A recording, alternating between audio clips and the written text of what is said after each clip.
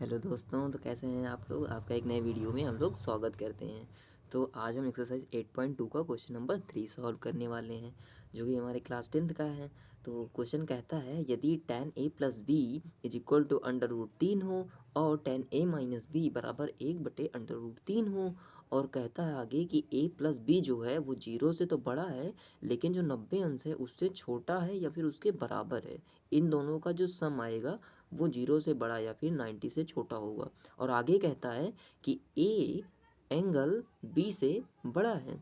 ए और बी के मान याद कीजिए, बहुत ही सिंपल है। देखिए, ए अगर बी से बड़ा है, ए में से अगर बी को घटाएंगे तो कुछ ना कुछ पॉजिटिव नंबर मिलेगा। जैसे मान लीजिए ए की वैल्यू अगर हमारे आ जाती है 30 और बी की वैल्यू आ जाती है 20, तो 30 में से 20 गया तो 10 आया, 10 तो पॉजिटिव होता है। तो यही कहने का मतलब है कि ए बी से बड़ा होगा। इससे आप आंसर भी चेक कर पाएंगे। तो चलिए इसको सॉल्व करते हैं, बहुत ही ईजी है।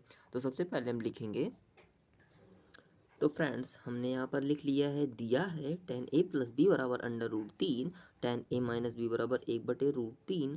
हम जानते हैं कि √3 tan कितने की वैल्यू √3 होती है, कोई बताएगा? 60 की वैल्यू होती है। तो देखिएगा ये हो जाएगा tan a प्लस बी, और इधर से इसको हम लिख सकते हैं tan 60 अंश।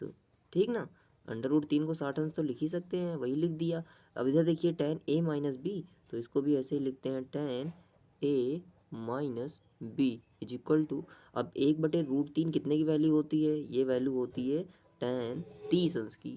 ठीक ना, ये tan 30 अंश की वैल्यू होती है। इतना बढ़िया है, ठीक है ना।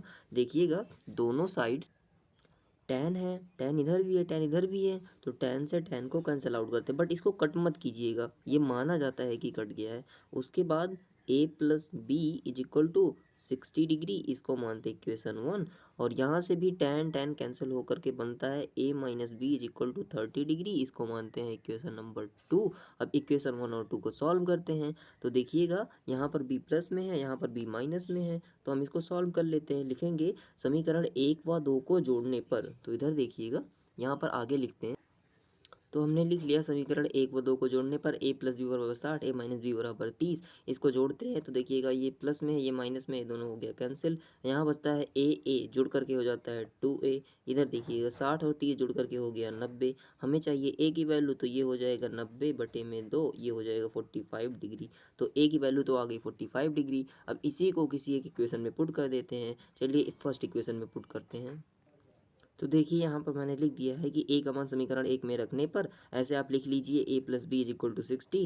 a की जगह रखेंगे 45 अंश, b वैसे ही रहने दीजिए, 60 को रहने दीजिए। अब हमें b का मान चाहिए, तो 45 को इधर भेजते हैं, तो ये हो जाएगा b बराबर में 60 अंश माइनस में 45 अंश। अब 60 में से 45 गया तो आता है 15, तो ये हो जाएगा 15 डिग्री। तो a की वैल्यू तो आ गई थी हमारी 45, और b की वैल्यू हो गई यहाँ पर 15 डिग्री। तो यहाँ पर देखिए a जो है b से बड़ा है, इस तरीके से हमारा आंसर आ जाता है। अगर फ्रेंड्स आपको वीडियो अच्छा लगा हो तो चैनल को लाइक, सब्सक्राइब, शेयर करना ये आपकी जिम्मेदारी है। और इसी तरीके के एनसीईआरटी सॉल्यूशन आपके लिए आते रहेंगे। फिजिक्स में भी आपको सॉल्यूशंस प्रोजेक्ट्स प्रोवाइड किए जाएंगे, इसलिए चैनल को लाइक, सब्सक्राइब जरूर कीजिएगा। थैंक्स।